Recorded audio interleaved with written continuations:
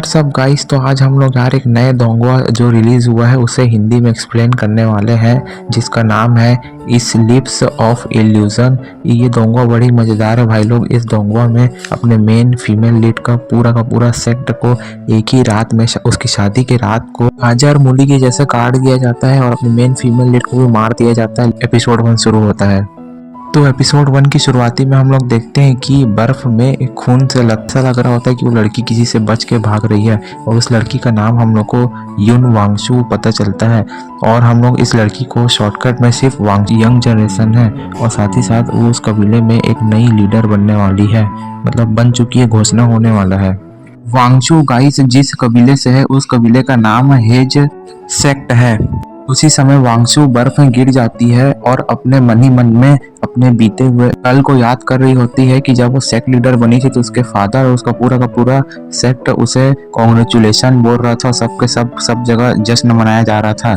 लेकिन अब वांगशु का हालत बहुत बुरा हो चुका था और दिख रहा था कि उसके पूरे सेक्ट के लोग खत्म हो चुके हैं और वो सब याद करके काफी ज्यादा दुखी लग रही थी। वांगशु अपने पूरे सेक्ट में एक अकेली आखिरी सर्वाइवर ही बची थी। इसी समय गाइस सीन शिफ्ट हो जाता है और वांगशु के बीते हुए कल में चल देते हैं, जिस समय वांगशु के साथ ये सब चीज हुआ था। अब हम लोग यहाँ पे देखते हैं कि अभी हम लोग को एक लड़की दिख रही है, लेकिन ये लड़की कोई और नहीं, ये वांगशु ही है। उसी समय वांगशु की एक जन सिस्टर आ जाती है जो कि उसके लिए मुकुट लाई होती है, क्योंकि आज वांगशु की शादी है। और उसकी सिस्टर बोलती है कि मुझे इस मुकुट को पहनने में आपकी मदद करने दीजिए। और वो लड़की वांगशु का तारीफ भी करती है कि सिस्टर आप काफी ज्यादा खूबसूरत लग रही हैं। और वो लड़की वांगशु को एक ब्रेसलेट भी दे रही होती है गिफ्ट के तौर पे। वांगशु उस लड़की को उस ब्रेसलेट के लिए थैंक यू बोलती है कि काफी ज्यादा खूबसूरत है। और गाइस हम लोग को इस छोटी लड़की का नाम लाओ जुआन पता चलता है। उसी समय गाइस हम लोग को एक और नई लड़की भी दिखाई देती है जिसका नाम टोंग शेन हाई है। वो हेज सेक्ट में एक डिसाइपल जैसी है जो कि वांगशु की थोड़ी बहुत सिस्टर जैसी लगती है। वो बोलने लग जाती है कि वांगशु वो आपके जितनी खूबसूरत तो हम लोग के पूरे सेक्टर में कोई भी लड़की नहीं है। तो वांगशु भी उसे बोलने लगती है कि ठीक है ठीक है। टोंग शेन हाई बोलती है कि आप वो बाहर के कबीले से आए हुए लड़के को आप कैसे, फेंगई परिवार पहले की तुलना में आधा भी शक्तिशाली होता तो वैन कैंसियो को यहाँ अध्ययन करने के लिए वो लोग नहीं भेजते। इस समय गाइस वांगशु बोलने लग जाती है कि तुम बहुत ज्यादा बातूनी हो और बहुत ज्यादा सोचती भी हो, और ये भी बोलने लग जाती है कि वैनकेंसी और तुम्हारा जीजा भी है। टोंग शेन हाई वांगशु को बोलने लग जाती है कि दीदी आपने शादी से पहले ही उनका साथ देना शुरू कर दिया है। गाइस अभी हम लोग देखते हैं कि वांगशु के आंखों से आंसू आने लगता है और वो रोने लगती है क्योंकि वो अभी अपने कबीले को छोड़ के जाने वाली रहती है। अभी गाइस सीन शिफ्ट हो जाता है और अब हम लोग देखते हैं कि इन लोगों के शादी में बहुत सारे मेहमान लोग बहुत सारे एरोप्लेन स्पेसशिप से उड़ते हुए आते हैं। अभी गाइस हम लोग को उप संप्रदाय नेता सीमा दिखते हैं, सारे मेहमानों को वेलकम कर रहे होते हैं। हम लोग देखते हैं कि गाइस एल्डर जो है आसमान में देख रहे होते हैं, एक बड़ा सा स्पेसशिप आ रहा है और उसके अंदर यान लिंग इंडिगो जेट पैलेस की लीडर आ चुकी है। ये सच्ची में काफी ज्यादा खूबसूरत भी है। इंडिगो जेट पैलेस के सारे लोग आने के बाद एल्डर को सब लोग ग्रीट करते हैं और एल्डर उन लोगों को वेलकम बोलते हैं। हम लोग देखते हैं कि शादी अब शुरू होने ही वाला है। अब हम लोग को वांगशु और वैनकेंसियो दिखते हैं जो कि दोनों के दोनों मैरिज हॉल की ओर जा रहे होते हैं एक साथ। और हम लोग देखते हैं कि शादी करवाने वाली बोलती है कि स्वर्ग और पृथ्वी को साक्षी मानकर, पहाड़ों और समुद्रों की प्रतिज्ञा मानकर आज अभी फेंगी वैनकेंसी और यून वांगशु आज जीवन साथी बनने के लिए अभी संकल्प करते हैं। अभी इस समारोह में इन दोनों को पति पत्नी घोषित करता हूँ। अभी हम लोग देखते हैं कि वे दूसरे एम्पायर से आए हुए लोग अजीब से स्माइल करते हैं और अजीब टाइप का देख रहे होते हैं। और वो बोलती है कि अपने भाग्य को एक साथ मिलाने के लिए इसमें अपना रक्त को टपका है। वैनकेंसी अपने शरीर के खून को निकालते हुए बोलता है कि मैं केवल वांगशु के दिल के लिए ही तरसता हूँ। ये गाइस एक प्रकार का रस्म है जो कि इंडिया में जब अग्नि को साक्षी मान के लेते हैं, इन लोगों की दुनिया में अपने शरीर से खून को निकाल के ले लेते हैं। मेरा मतलब है अपना खून को अपने शरीर से निकाल के ये लोग एक वादा करते हैं, वो भी एक बूंद। अभी हम लोग देखते हैं कि गाइस वांगशु के हाथ में जो ब्रेसलेट है उस ब्रेसलेट से एक अजीब सा डार्क एनर्जी निकलता है जो कि उसके उंगली से जो खून निकाली रहती है उसके द्वारा उसके शरीर के अंदर जाने लगता है, जिससे उसके पूरे शरीर में पर्पल कलर का एक अजीब सा ऑरा फैलने लगता है और वो शादी कराने वाली भी बोल देती है कि एक राक्षसी कल्टीवेटर है। ये सब सुन के सब लोगों के होश उड़ जाते हैं पूरी सभा में। वांगशु भी कंफ्यूज रहती है कि ये क्या हो रहा है। कई लोग कह भी रहे होते हैं कि 1000 साल पहले 5 सेक्ट के जो क्यूमिनारा राक्षसों को दबाया नहीं था। वैन कैंसी वांगशु को बोलते हैं कि वांगशु ये सब क्या हो रहा है, लेकिन वांगशु बोलती है कि मुझे भी पता नहीं ये सब मेरे साथ क्या हो रहा है। यहीं पे इंडिगो जेट पैलेस के जो लोग हैं वो बोलने लग जाते हैं कि क्या यू वांगशु क्यूमिना कबीले का आखिरी डीमन अवशेष तो नहीं है। फिर वांगशु के सेक्ट के लोग बोलने लग जाते हैं कि हम लोग की सेक्ट लीडर है, बकवास करना बंद करो। इसी समय अब हम लोग देखते हैं कि वांगशु के शरीर से कोई डेमोनिक ऑरा बाहर निकल रहा होता है, जिससे वैनकेंसी उसका जो हस्बैंड रहता है बहुत दूर फेंका जाता है और गिर जाता है। और एक बंदा वैनकेंसी के पास आके बोलता है कि उसके पास मत जाओ करके। अब हम लोग देखते हैं कि गाइस हर कोई बोलने लग जाता है कि ये लड़की एक डीमन है, इसे यहाँ से जाने मत दो, इसे पकड़ो, इसे जेल में डाल दो, ये लड़की एक डेमोनिक कल्टीवेटर है। अब हम लोग देखते हैं कि गाइस वांगशु पहला एल्डर को पुकारती है, पर पहला एल्डर उसे धोखा दे देता है, मतलब इग्नोर कर देता है। और फिर वांगशु दूसरे एल्डर को भी पुकारती है, पर दूसरा एल्डर भी उसे इग्नोर कर देता है। अब हम लोग देखते हैं कि गाइस इंडिगो जेट पैलेस की जो ब्यूटी क्वीन है वो बोलने लग जाती है कि हम लोगों ने सोचा कि ये कोई जीनियस है, लेकिन ये तो असली में एक डेमोनिक कल्टीवेटर है। अब हम लोग देखते हैं कि गाइस वांगशु का कुछ होने लग जाता है और वांगशु का पूरा लुक थोड़ा सा पहले चेंज हो जाता है। वांगशु का पूरा हेयर वाइट हो जाता है, जिससे कि वो अब सच्ची में एक डेमोनिक कल्टीवेटर ही लग रही थी। यहाँ सब कुछ गड़बड़ है। अब हम लोग देखते हैं कि गाइस कई सारे एल्डर लोग एक बड़े अधिकारी एल्डर को बोल रहे होते हैं कि हमने वांगशु को बड़े होते हुए देखा है, वो डेमोनिक कल्टीवेशन कैसे इस्तेमाल कर सकती है। उसके बोलने से पहले ही वो बड़ा अधिकारी उन लोगों को चुप करा देता है। अब गाइस हम लोग देखते हैं कि वांगशु जो है उस कंगन के ऊपर नोटिस करती है, क्योंकि कंगन के अंदर से कुछ पर्पल कलर का अजीब सा डार्क एनर्जी निकल रहा होता है। उसे याद आता है कि उसे ये कंगन लू ओक्सुआन ने ही पहनाई थी, और वो लड़की भी बोल देती है कि मुझे तुम्हारे कंगन के बारे में कुछ नहीं पता। और वो लड़की बोल देती है कि झूठी राक्षसिन कहेंगे, तुम जानबूझ के मेरा नाम फंसा रही हो। अब हम लोग देखते हैं कि इंडिगो जेट पैलेस के शिकारी दल को जो लोग बोलते हैं कि यहाँ एक डीमन है, वो स्वान यहाँ से जाने लगती है। यार इंडिगो जेट पैलेस के एक बंदे को देखते हैं जो कि बोलता है कि उसे अरेस्ट कर लो, वो एक राक्षसी है। अब हम लोग देखते हैं कि गाइस उन वॉरियर्स और वांगशु के बीच लड़ाई होने लगती है, लेकिन वांगशु तो एक राक्षसी बन चुकी रहती है, जिसकी वजह से वांगशु उन वॉरियर्स को बड़े आराम से संभाल रही होती है और बड़े आराम से होल्ड कर लेती है। लेकिन वांगशु के पीछे से वॉरियर आके उसके पीठ में तलवार को मारता है, जिससे इंडिगो जेट पैलेस के और भी कई सारे वॉरियर आके उसके पीठ पेट जगह जगह तलवार को मारते हैं, जिससे वांगशु काफी ज्यादा बुरी तरीके से इंजर्ड हो जाती है। अब हम लोग देखते हैं कि वांगशु के मुंह से ब्लड आने लगता है और वो डिमोनिक पावर उसके ऊपर कुछ ज्यादा ही हावी हो जाता है, जिससे उसे जितना भी इंजरी हुआ रहता है सब के सब इंजरी ठीक हो जाता है। अब हम लोग देखते हैं कि गाइस इंडिगो जेट पैलेस की जो ब्यूटी क्वीन है गाइस, वो एक बड़ा सा स्टैचू को समन करती है और वांगशु को उसी स्टैचू के एकदम ऊपर चेन से बांध देती है, और वो वांगशु के दोनों हाथों में दो किल को एकदम ब्रूटल तरीके से घुसा देती है, जिससे वांगशु को काफी ज्यादा पेन हो रहा होता है। अब हम लोग देखते हैं कि इंडिगो जेट पैलेस का बंदा इसे स्वीकार करो बोलता है वांगशु को और उसको बिजली का झटका देता है। अब हम लोग को एक आवाज सुनाई देता है जिसमें बोलते हैं कि वांगशु ने ऐसा कुछ नहीं किया। वांगशु शान है को बोलने लग जाती है कि मेरी चिंता मत करो, जाके मेरे पिता को खोजो। अब हम लोग देखते हैं कि एल्डर जो सीमा था वो भी इंडिगो जेट पैलेस के साथ मिला हुआ था, और वो बोलते हैं कि आज मैं तुम क्यूमिना के आखिरी वंश को भी खत्म कर दूंगा।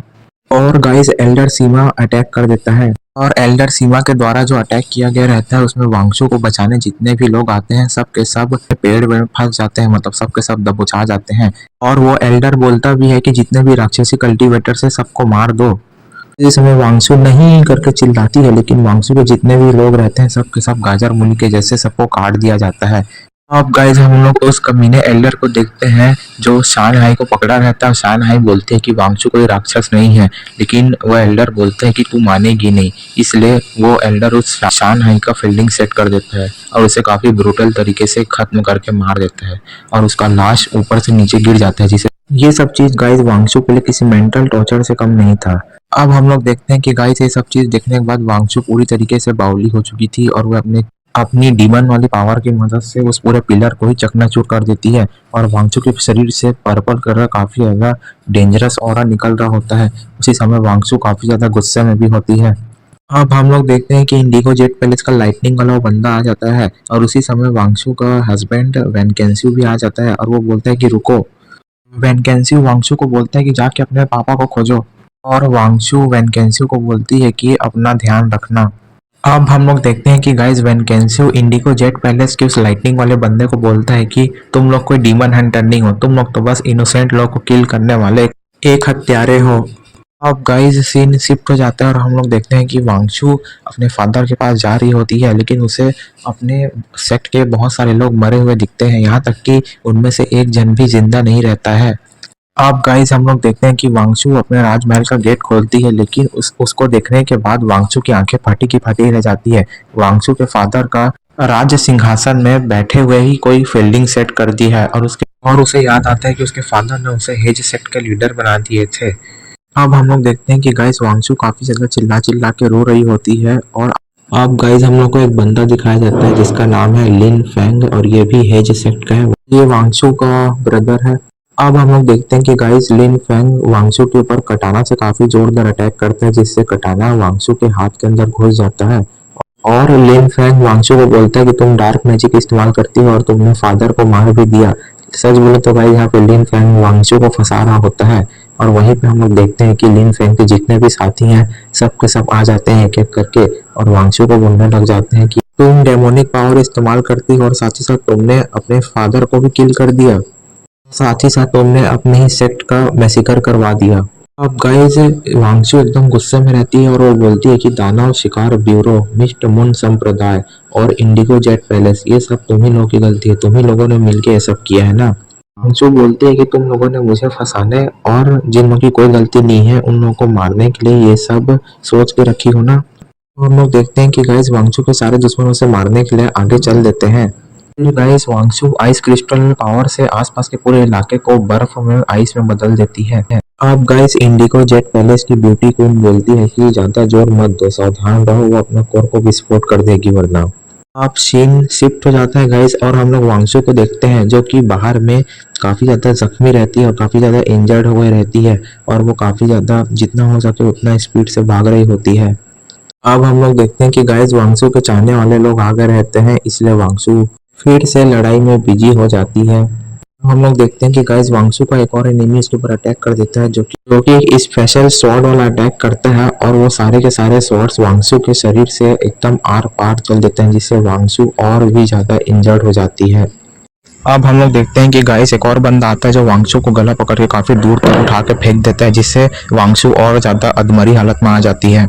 आप गाइस हम लोग देखते हैं कि इंडिगो जेट पैलेस की मेरी ब्यूटी क्वीन आ जाती है और वो बोलती है कि अगर तुम भागती नहीं तो हम लोग तुम्हें आसान मौत देते हैं, लेकिन अब तुम भाग रही थी इसलिए तुम्हें काफी ज्यादा दर्दनाक मौत तो मिलेगा ही मिलेगा। आप गाइस हम लोग देखते हैं कि वांगचू उन लोगों को बोलती है कि अगर तुम लोग मुझे जीने नहीं दोगे तो मैं भी तुम लोग को अपने साथ ऊपर लेके जाऊंगी ही जाऊंगी। अब गाइस हम लोग देखते हैं कि वो इंडिगो जेट पैलेस का जो बंदा है वो वैनकेंसी को दिखाता है जो उन लोगों के कब्जे में रहता है और वो ये भी बोलता है कि ये तो तुम्हारा आखिरी परिवार है, तुम्हारे परिवार के सब लोग तो मर ही चुके हैं। और वो बंदा बोलने लग जाता है कि वांगचू मेरी चिंता मत करो, तुम्हारा हस्बैंड तुम्हें यही बात बस बोलेगा ना। और वो एल्डर सीमा भी बोलने लग जाता है कि तुम्हें हार मान जाना चाहिए वरना तुम्हारे पति को तुम्हारे फादर के पास हम लोग भेज देंगे। अब हम लोग देखते हैं कि गाइस वो एल्डर वांगचू के ऊपर काफी डेडली अटैक कर देता है और वांगचू भी उसकी आंखों पे बहुत जोरदार पंच से मारती है और साथ ही साथ उसको लात से भी एक लात मारती है, जिससे वो एल्डर काफी ज्यादा दूर फेंका जाता है, लेकिन वांगचू के मुंह से भी खून निकल जाता है, साथ ही साथ वो एल्डर भी अधमरा हो जाता है और गाइस वांगचू अपने हस्बैंड को अपने तरफ खींच लेती है। अब गाइस हम लोग इंडिगो जेट पैलेस की मेरी ब्यूटी क्वीन को देखते हैं जो कि वांगचू के ऊपर अटैक कर देती है, लेकिन वांगचू उसके फॉर्मेशन अटैक को एक शील्ड बना के ब्रेक कर देती है और रोक देती है। गाइस अब हम लोग देखते हैं कि वांगशु वैनकेंसियो को बोलती है कि यहाँ से भाग जाओ।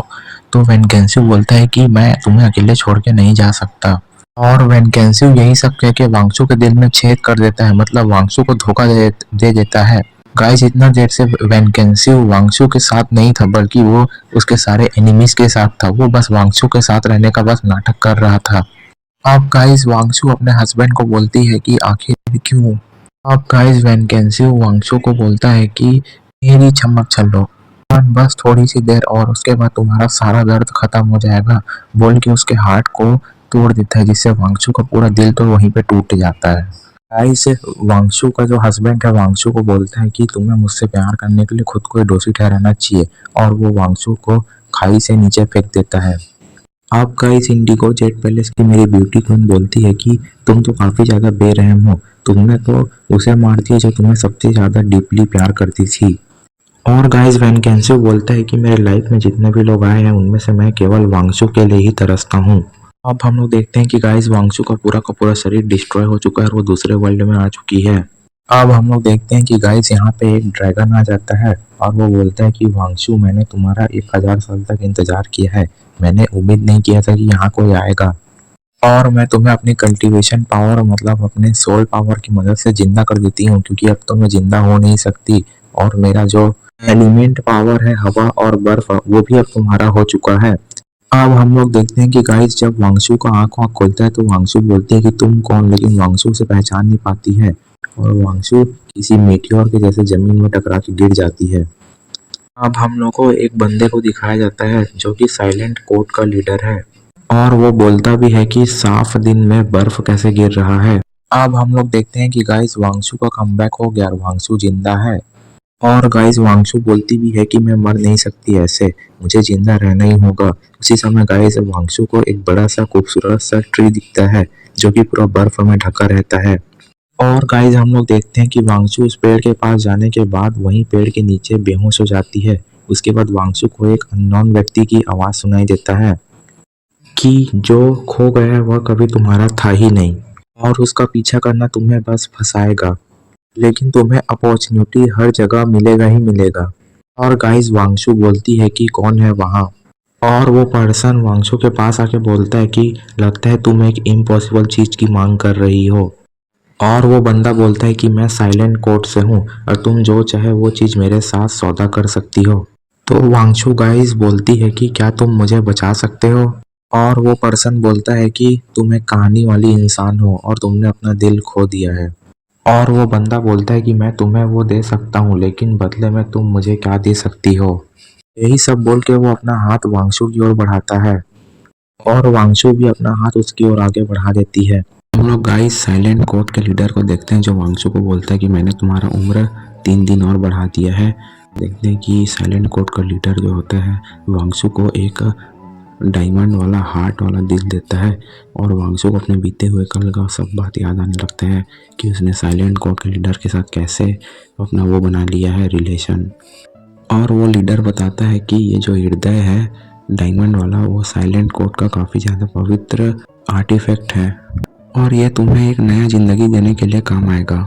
अब हम लोग देखते हैं कि गाइस वांगशु को इतना ज़्यादा दर्द हो रहा होता है कि वांगशु का बुरी तरीके से फट चुका रहता है, और वो मन ही मन में वैनकेंसियो को गाली दे रही होती है। उसी समय गाइस सीन शिफ्ट हो जाता है, वो वर्तमान में आ जाता है टाइम। साइलेंट कोर्ट का लीडर बोलता है कि इस हृदय के साथ तुम्हें मर्ज होने में 60 ईयर्स लगेंगे, और वो वांगशु को बोलता है कि 60 ईयर्स तक तुम्हें इसके दिल के दर्द को सहना ही पड़ेगा, और 60 ईयर्स तक तुम्हारे सारे के सारे एनिमी अभी सेफ है, लेकिन 60 ईयर तक तुम यहाँ मेरे अंडर ट्रेन हो जाओ, उसके बाद अपना रिवेंज लेते रहना, तुम्हारा दिल भी तब तक रिकवर हो जाएगा। अब हम लोग देखते हैं कि गाइस धीरे धीरे समय बीतने लगता है और वांगशु का साल भी बढ़ने लग जाता है, जिससे वांगशु अपने आप को काफ़ी ज़्यादा ट्रेन करती है, कल्टीवेशन करके अपने पावर्स को बढ़ाती है, और साइलेंट कोर्ट का लीडर भी इस काम में उसकी मदद करता है। अब हम लोग गाइस एक लोटस देखते हैं जिसके अंदर वांगशु होती है जो कि पानी के बाहर आ जाती है। अब गाइस ये जो अंगूठी है वांगशु के हाथ में हम लोग को दिखता है कि ये बाई लांग में तब्दील हो चुकी है, और ये गाइस कोई और नहीं बल्कि वो मिस्टीरियस ड्रैगन थी जो कि वांगशु को वापस रिंकार्नेट की है। और गाइस वो ड्रैगन बोलती भी है कि वांगशु मैंने तुम्हारा हर एक दर्द को महसूस किया है, जिससे कि अब वो ड्रैगन तो वांगशु का मदद करेगी ही करेगी। और वो ड्रैगन यार गाइस वांगशु को बोलती भी है कि तुम्हारा जो अभी का जो ये रूप है वो तो तुम्हें बेनकाब कर देगा, इसलिए मैं तुम्हारे रूप को बदल देती हूँ।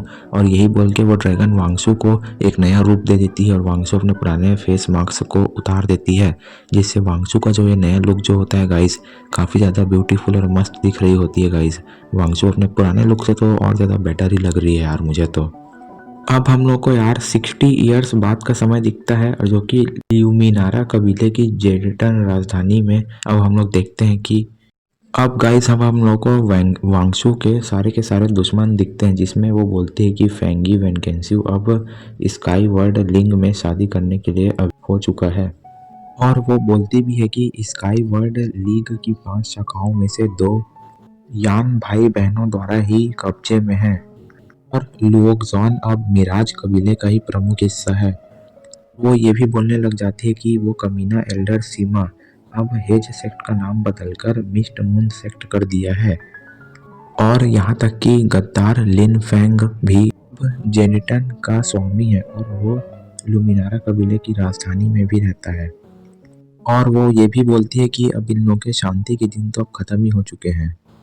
अब गाइस हम लोग साइलेंट कोर्ट के लीडर को देखते हैं, जिसका नाम है लॉर्ड लू, जो कि बोलता है कि वांगशु को 60 वर्षों में तुम रेड कलर के हार्ट के साथ अब मर्ज हो चुकी हो और कला प्रवीण चरण के एकदम लास्ट स्टेज में हो, पीक पे हो। इतना भी बुरा नहीं है ये। और वैसे वांगशु उसे थैंक यू भी बोलती है उसकी जान बचाने के लिए।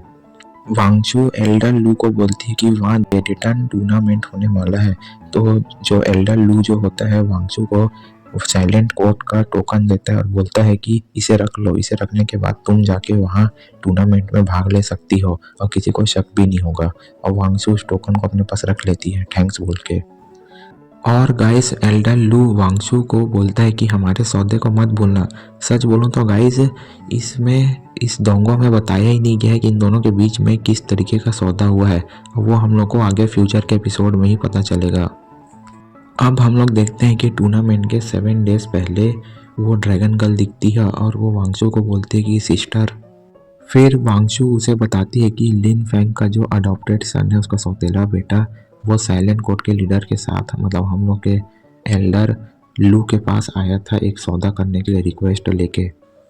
और वांगशु ये भी बोलती है कि लगता है समय आ गया है। फिर वो ड्रैगन गर्ल बोलती है हाँ। और वो ड्रैगन गर्ल उसके रिक्वेस्ट मतलब उसके जो संदेशा पत्र है उसको दिखाती है और वांगशु उसे देख के समझ जाती है वो पक्का सिटी का लीडर बनना चाहता है। लिन फैंग के 2 लड़के हैं, सबसे बड़ा वाला लिन जिन याओ, जो कि एक नंबर का ठरकी और अश्लील है और साथ ही साथ उसके पास दिमाग के नाम पे तो कुछ है ही नहीं और वही असली उत्तराधिकारी है। और लिन फैंग तो प्यार उसी से ही तो करता है और किससे करेगा। और लिन फैंग का दूसरा लड़का लिन चेंगटियन उसका अडॉप्टेड सन, जो कि उसका सगा बेटा है ही नहीं, लेकिन वो अपने आप में ही काफ़ी ज़्यादा टैलेंटेड है। और ये जो है लिन फैंग के द्वारा अपने असली बेटे को ज़्यादा भाव देना और इसे इज्जत ना देना, मतलब अपने लिए इस्तेमाल करना, अपने अपने और अपने बेटे के लिए बस। वांगशु ये भी बोलती है कि लिन चेंगटियन को कभी भी भाव इज्जत नहीं मिलने की वजह से वो लिन फैंग से और अपने दूसरे ब्रदर से नफरत करता है और वही यहाँ उसके एम्पायर की सारी शक्तियाँ पाना चाहता है। अब हम लोग गाइस 7 डेज बाद का टाइम देखते हैं, जिस समय वो टूर्नामेंट अब शुरू हो चुका है। अब हम लोग गाइस एक कन्या को देखते हैं जो कि बोलती है कि जेरेटन टूर्नामेंट अब शुरू हो चुका है और इस टूर्नामेंट में और वो ये भी बोलती है कि बहुत पहले जब क्यूमिना कबीले की जमीन को खून से लथपथ हो गया था, तो पहला वहाँ का जो लीडर था अकेले खड़ा था, उसने 60 साल तक जेरेटन की भी रक्षा की है। और ये बंदा कोई और नहीं बल्कि फेंगई वेनकेंसु है, जो कि स्काई वर्ल्ड लिंग का मिस्टिक सेक्ट का एल्डर है।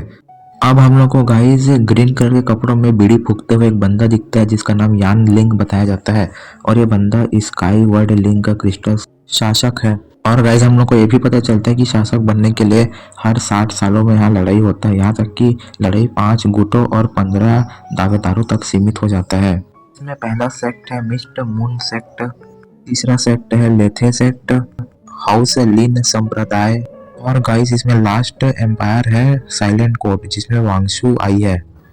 अब हम लोग देखते हैं कि गाइस लिन चेंटियन जो है खुश हो जाता है कि साइलेंट कोर्ट ने मेरा जो वो स्वीकार पत्र था वो एक्सेप्ट कर लिया है और साइलेंट कोर्ट से एक लड़की आई है मदद करने के लिए। लेकिन इसे पता नहीं है कि वांगचू कोई लड़की नहीं बल्कि उसकी दादी की उम्र की है। अब हम लोग देखते हैं कि गाइस जो लड़की रहती है जो जज वाला काम करती है वो बोलती है कि सबको एक आर्टिफैक्ट लाना पड़ेगा जो कि उसके अंदर है, वो बड़े से गोल घेरे के अंदर बैरियर बना है और साथ ही साथ जो भी लाएगा उसको तो लास्ट तक टूर्नामेंट में टिके रहेगा वही इस जेरेटन टूर्नामेंट का विनर हो जाएगा। तो सब लोग गाइस जल्दी जल्दी दौड़ते हुए उसके अंदर घुस जाते हैं और गाइस वांगसू भी उसके अंदर चल देती है। अब हम लोग गाइस हिडन रिलम को देखते हैं जो कि इस टूर्नामेंट का ये जो ग्राउंड है और हम लोग गाइस वांगचू के साथ दो फेरीज को देखे थे ना, वही दोनों फेरीज गाइस एक एम्पायर को मतलब लेंथे संप्रदाय को पूरे तरीके से खत्म कर दी भाई और अनाउंस हो जाता है कि लेंथे संप्रदाय गेम से बाहर हो चुका है। और गाइस और अनाउंस होता है कि मिस्टर मून संप्रदाय भी इस गेम से बाहर हो चुका है। सीन में शिफ्ट चेंज हो जाता है और दोनों की दोनों फेरीज वांगचू के पास जाती हैं और बोलती हैं कि फेरी सब साफ हो चुका है। अब वांगसू उन दोनों फेरीज को बोल देती है कि तुम दोनों यहाँ से चल दो, जो देखने अब मैं ही देखूंगी। तो दोनों के दोनों फेरीज जेट क्रिस्टल को क्रैक करके यहाँ से चल देती हैं। और एक और अनाउंस होता है कि साइलेंट कोर्ट में भी दो लोग बाहर हो चुके हैं और एक और अनाउंस होता है कि ल्यूमिनारा कोर्ट भी बाहर हो चुका है। अब गाइस हम लोग देखते हैं कि वो ग्रीन कपड़ा वाला बंदा जो कि बीड़ी उड़ी फूकता है और गाइस साइलेंट कोर्ट की जो मेरी ब्यूटी क्वीन है वो भी इस बात पे एग्री करती है। अब गाइस सीन शिफ्ट हो जाता है और हिडन रिलम एरिना का राजदंड आखिरी अंत को देखते हैं। अब गाइस हम लोग यहाँ पे लिन फैंग और उसके दोनों लड़कों को देखते हैं और साथ ही साथ यहाँ पे वांगशु भी आ जाती है। गाइस लिन फैंग बोलते हैं कि राजदंड के पास अभी तक कोई नहीं पहुंचा है। उसी समय उसे किसी के चलने का आवाज सुनाई देता है और वो बोलता है कि पीछे कौन है। उसी समय हम लोग को पर्सन दिखती है जो कि बोलती है कि मेरा नाम शी है। लेकिन हम लोग तो अच्छे से जानते हैं कि वो वांगशु ही है और वो बोलती है कि क्या ही आज बढ़िया दिन है। और गाइस वांगशु बोल देती है कि ये जो ट्रेजर है मेरा है, इसके बारे में सोचना भी मत। लेकिन लिंग फैंग बोलता है कि तुम कला प्रवीण चरण के बस प्रारंभिक स्टेज में हो, फिर भी तुम इतने ज़्यादा गुस्से से मुझसे बात कर रही हो करके। और वो ये भी बोल देता है कि जिन याओ और चैंग टियन जाओ राजदंड को ले आओ मेरे पास। और जिन याओ और चैंग टियन हाँ माजी बोल के वहाँ से चल देते हैं। अब हम लोग देखते हैं कि गाइस वांगशु और लिन फैंग के बीच लगे तेरी शुरू हो जाती है जिसमें गाइस लिन फैंग वांगशु को काफ़ी अच्छी टक्कर दे रहा था।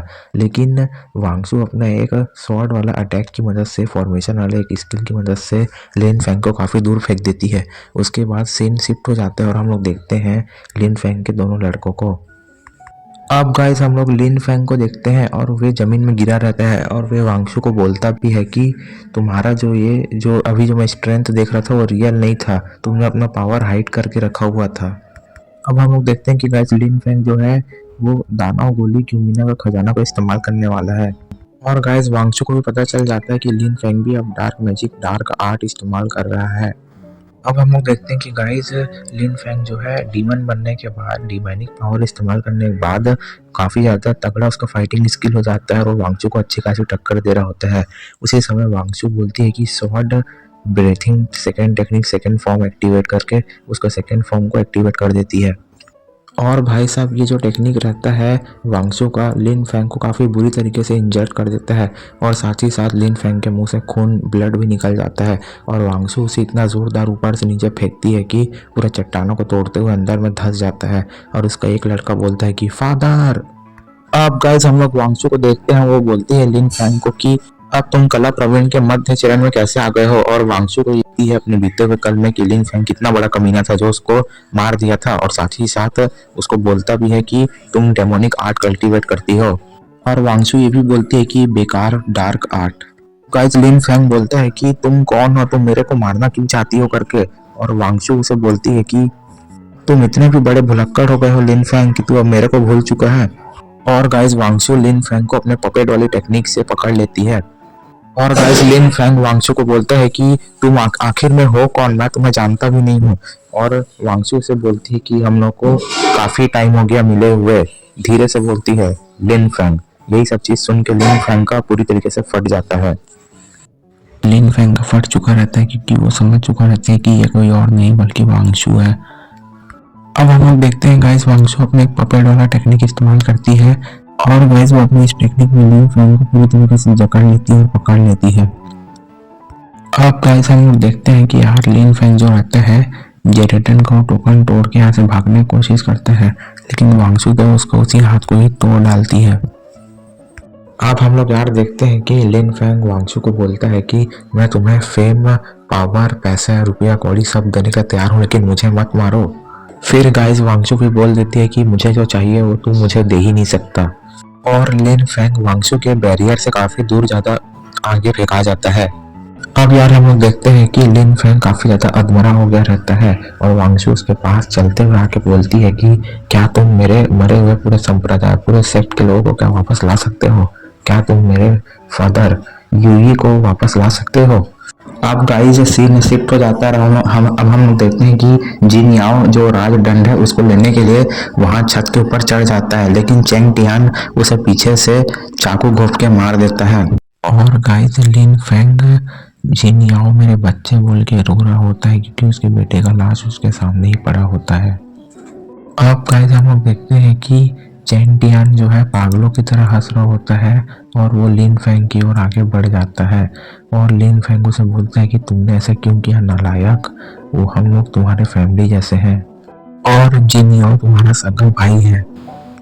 और गाइस लिन फैंग बोलता है कि कमीने मैंने तुझे हमेशा अपने बच्चे की जैसा समझा, लेकिन तूने तो आज मेरे पीठ पे खंजर घोंप दिया। अब गाइस चेन टियान बोलता है लिन फैंग को कि तूने हमेशा मुझे गलत गलत काम करने के लिए मजबूर किया, तूने हमेशा मुझे नीचे दबाया और तू मुझे अपना बाप बोलता है। तू तो मेरा बाप नहीं है, तू बस मेरा चाचा है, वैसे ही रहेगा। तूने कभी भी मुझे प्यार नहीं किया और हमेशा जिन याओ को ही प्यार किया। और वो जिन याओ एक नंबर का लड़की बाज, नशेड़ी बाज और मंद बुद्धि था, फिर भी तू उसे कंपेयर करके मेरे बराबर का बोलता था कि तुम दोनों भाई एक जैसे हो और मैं तेरे लिए एक आज्ञाकारी कुत्ते के अलावा और कुछ नहीं था। अब गाइस लिन फैंग चेन टियान को बोलता है कि ये जो सामने जो लड़की है ये बस मुझसे बदला लेना चाहती है और ये बस हम लोग का इस्तेमाल बस कर रही है, हम लोग का आपसी मामले का, इसलिए तू इसके बात में मत आ, तू मेरी ही बात मान बेटा, मैं तेरे को बचपन से तेरी केयर किया हूँ। लेकिन उसी समय चेंग टियन लिन फैंग के सीने में तलवार को काफी ब्रूटल तरीके से अंदर घुसा देता है। जिस तुम्हारी पूरी सेना को मैंने कुचल दिया है और जेरेटन का अब सारा भाग अब मेरा हो चुका है और आपको ऐसा लगता है कि पीछे जो खड़ी है उसके ऊपर मैं भरोसा कर लूंगा तो आप गलत फैमिली में हो, बोल के वो अपने तलवार को वांगचू के गले के अंदर घुसा देता है। और चेन टियान को लगता है कि वो वांगचू को मार दिया, लेकिन उसके साथ तो स्कैम हो चुका है क्योंकि वांगचू धोखे से पहले ही गुजर चुकी है और वांगचू का वो बस एक क्लोन रहता है और वांगचू वहां से हट जाती है। और वांगचू अपना ऑरा फार्मिंग करते हुए बोलती है कि सड़ा हुआ जड़ हमेशा सड़े हुए फल को ही पैदा करता है। ऐसा बोलते हुए वो चेंग टियान का गला, हाथ, पांव सबको पकड़ के उसे उल्टा लटका देती है अपने पपेट वाले टेक्निक से। और वांगचू ये बोल देती है कि तू भी लिन फैंग के जैसा ही है, ये बोल के वांगचू उसे क्रैश करके किल कर देती है। और वो चेंग टियान जो है मरते हुए बोलता है कि मैं बहुत ही ज्यादा करीब था इसको मारने के लिए। वांगचू लिन फैंग को बोलती है कि ये जो ब्लैक क्रिस्टल है वो डेमोनिक आर्ट कल्टीवेशन के लिए काफी ज्यादा अच्छा है, साथ ही साथ कल्टीवेशन को बढ़ाने में भी जल्दी इंक्रीज करता है।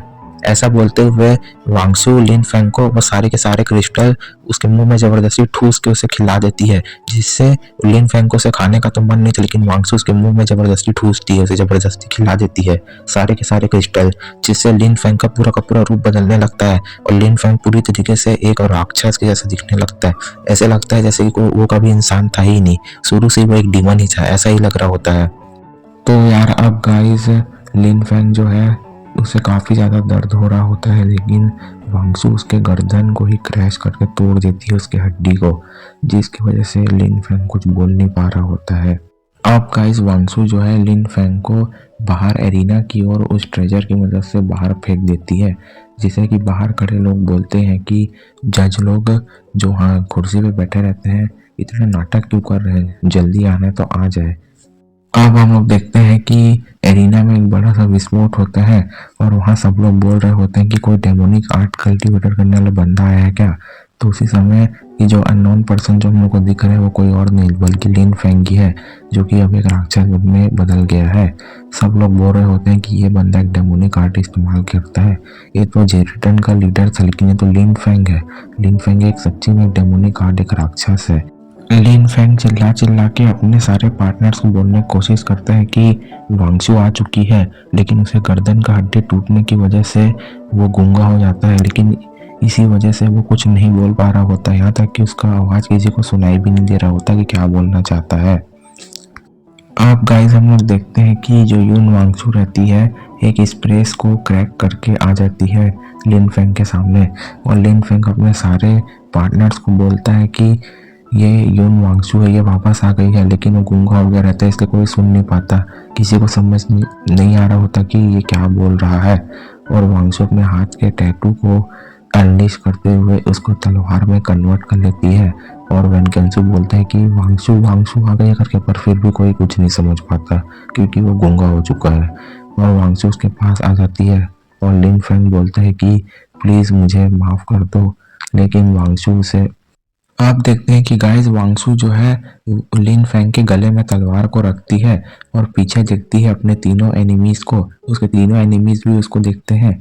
उसके बाद वांगशु सीधा लिन फेंग का गर्दन को काट डालती है, और काटने के बाद वहाँ पे पूरा खून के छींटे पूरे आसपास फेंकाए रहते हैं। वांगशु के मुंह के ऊपर भी पूरा का पूरा खून का छींटा फेंकाया रहता है, यहाँ तक कि उसका पूरा चेहरा खून ही खून हो गया रहता है।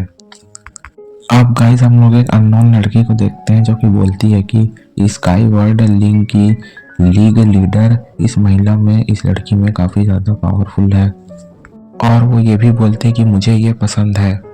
तो अब गाइस वांगशु और उसके एनिमीज सब के सब एक दूसरे को देख रहे होते हैं, लेकिन वांगशु को अपना बीता हुआ कल याद आ रहा होता है कि इन लोगों ने उसे कैसे धोखा दिया, वेनकेंसु ने उसे कैसे धोखा दिया। तो गाइस आज ये एपिसोड खत्म होता है यार। Thanks for watching. गाइस आज का एपिसोड खत्म हो गया यार। उम्मीद है आपको ये एपिसोड पसंद आया होगा। तो टेक केयर, गुड बाय।